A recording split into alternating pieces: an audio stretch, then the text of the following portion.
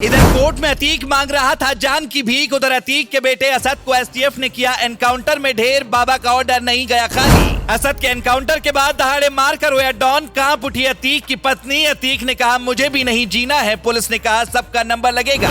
नहीं पलटी थी अतीक की गाड़ी तो लोगों ने बनाया था बाबा की पुलिस का मजाक। अब बाप बाप कर रहा है अतीक। एसटीएफ ने घेर कर ऐसे किया असद का काम तमाम। इधर कोर्ट में अतीक अहमद के सामने जज फैसला लिख रहे थे। उधर तभी कोर्ट में खबर पहुंची कि अतीक के बेटे का एनकाउंटर हो गया। एक पल को तो किसी को यकीन ही नहीं हो रहा था कि जो असद इतने दिनों से फरार चल रहा था उसे अचानक कैसे ढेर कर दिया गया। अतीक को जैसे ही ये खबर मिली वो कोर्ट में ही बेहोश हो गया, जिसके काफी देर बाद उसे जब होश आया तो वो बस चीख चीख कर रोने लगा और कहने लगा कि मुझे भी अब मार दो, मेरा सब कुछ खत्म हो गया है। हालांकि उसके वकील ने जैसे तैसे करके उसे संभाला, लेकिन जो माफिया कभी मौत बांटता था वो अब घुटनों पर आ गया है। वो अब योगी से माफी मांग रहा है और एक ही बात कह रहा है कि मुझसे बहुत बड़ी गलती हुई जो मैं माफिया बना। हालांकि अतीक को पहले ही इस बात का अंदेशा था कि असद को मार दिया जाएगा, इसीलिए वो यही चाहता था कि असद सरेंडर कर दे। लेकिन जब असद ने उसकी बात नहीं मानी तो वही हुआ अतीक को जिस बात का डर सता रहा था। अतीक अहमद के सबसे करीबी बेटे को एसटीएफ ने मौत की नींद सुला दिया। लेकिन असद को पुलिस ने ऐसे ही ढेर नहीं किया, इसके पीछे बहुत बड़ी प्लानिंग की गई। कैसे अतीक के बेटे का एनकाउंटर हुआ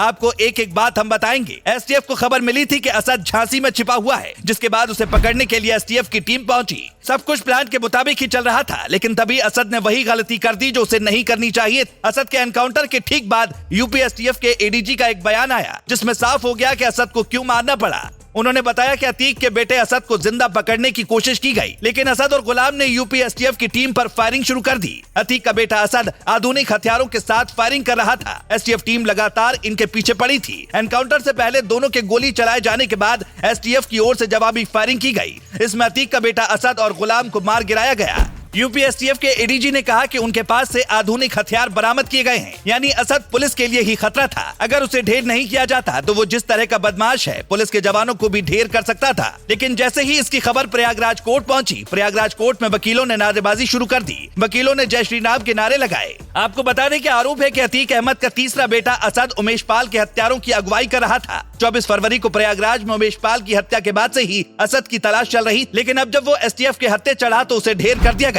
पर अब जब असद का काम तमाम कर दिया गया तो हर किसी के दिमाग में एक ही सवाल उठ रहा है कि क्या अतीक का भी पुलिस नंबर लगाएगी और उसकी गाड़ी पलटेगी।